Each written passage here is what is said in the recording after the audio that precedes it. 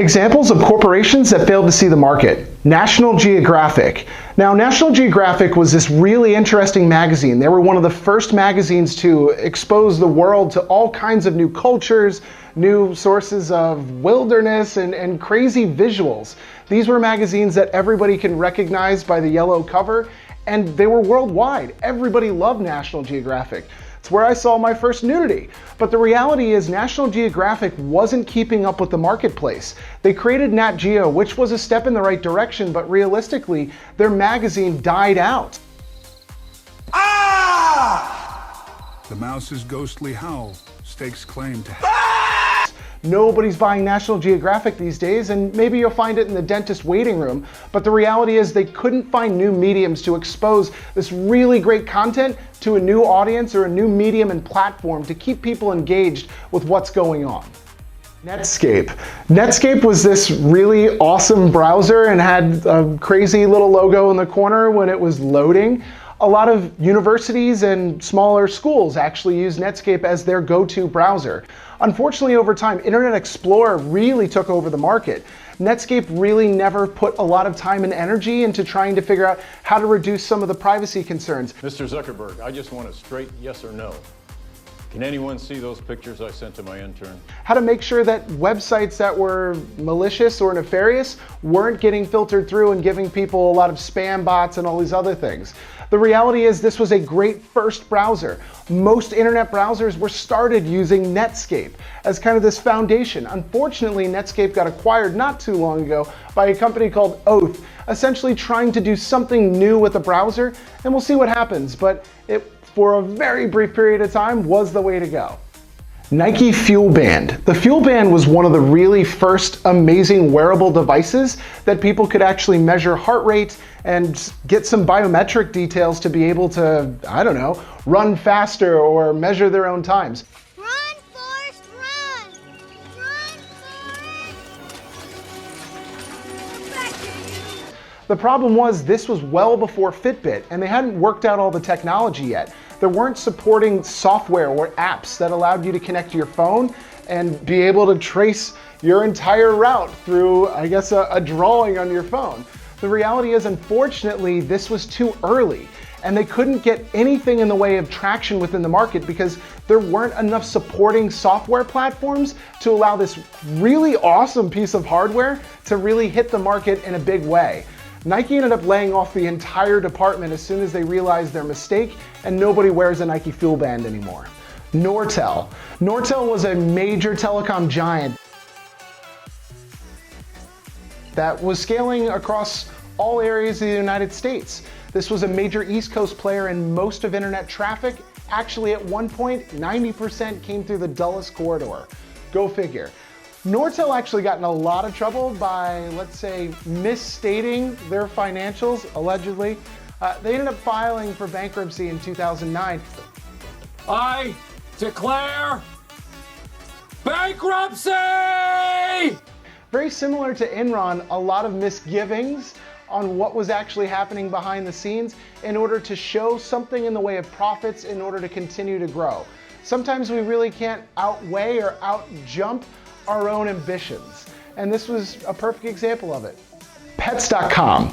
Pets.com probably is memorable because it had the little dog and the microphone. They actually had a pretty good marketing scheme, to be totally honest.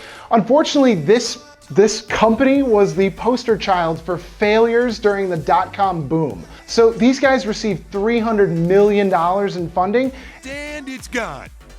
In order to scale the delivery of pet services and products, doesn't really make any sense, and this is what unfortunately happens when a bubble gets too big within the tech community. Sometimes people don't actually need your products, or the service isn't that great. So Pets.com had this amazing concept, they had Super Bowl commercials, and unfortunately people weren't buying. And especially when the economy sunk, nobody was buying pet products online because they had to pay for shipping.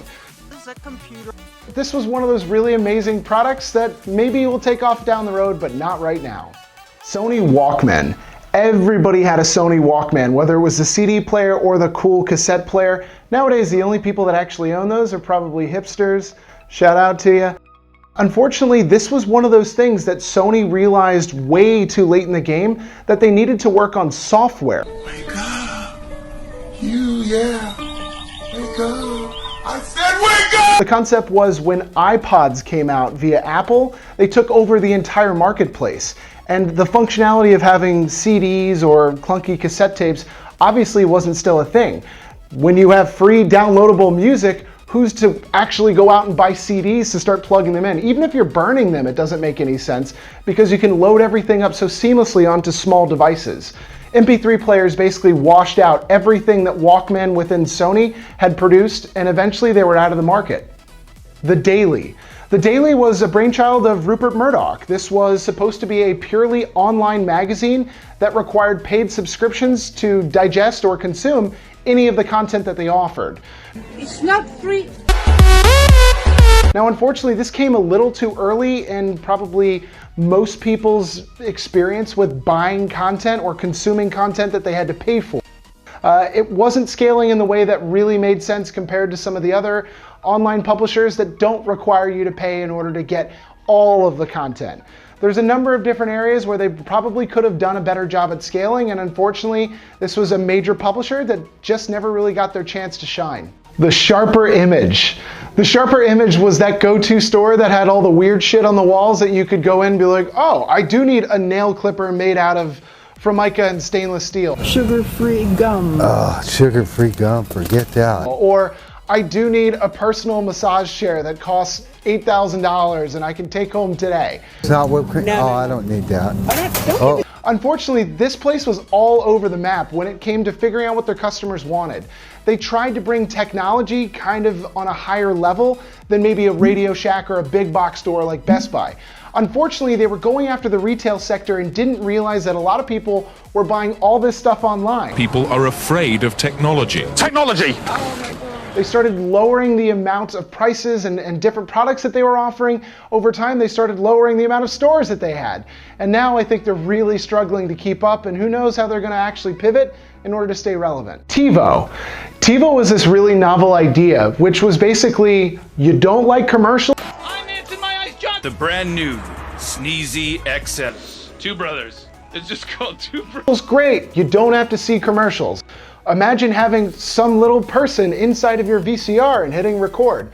This is what TiVo offered, and it caught on like wildfire. Within a few years of being launched, TiVo had a market share of 4.4 million people regularly TiVoing stuff. That's what we think of when we talk about DVR, basically recording your shows online. The interesting part about TiVo is that they were a feature, not necessarily a service. And as a lot of the large cable companies and content providers realize is that, hey, why don't we just offer the same service and put them out of business? Within the few years of having the real amazing peak, Netflix comes along and basically goes, yeah, we can do all this stuff too. Basically taking up all market share and putting these guys out of business. Tower Records. Tower Records was the go-to record shop, then it turned into the go-to cassette shop, then it turned into the CD shop. This was like everybody thought that their Tower Records was the only one in town. But the reality is they had stores all over the nation. Unfortunately, as Napster came onto the markets, which is basically the freest of free places to download music illegally. What did I do? You know it's illegal, download copyrighted music. Pay for music, never legally download. These guys went out of business practically overnight. When you could burn CDs instead of paying $16, $17 a pop, there was no need to go to the record store anymore. And unfortunately, trying to pay for that type of really nice commodity didn't make any sense. So these businesses basically went bankrupt overnight, and unfortunately you don't really see a lot of large-scale record stores because, who's buying it? Toys R Us.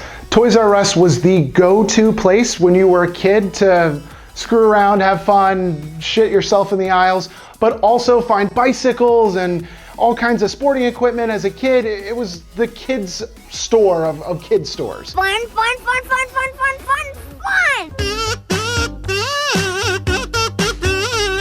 These were big box stores that you could go there and get lost in games and all these other amazing products. Unfortunately, as society evolved, so did the interests of kids, and it became a lot more technical when it was like, I want video games.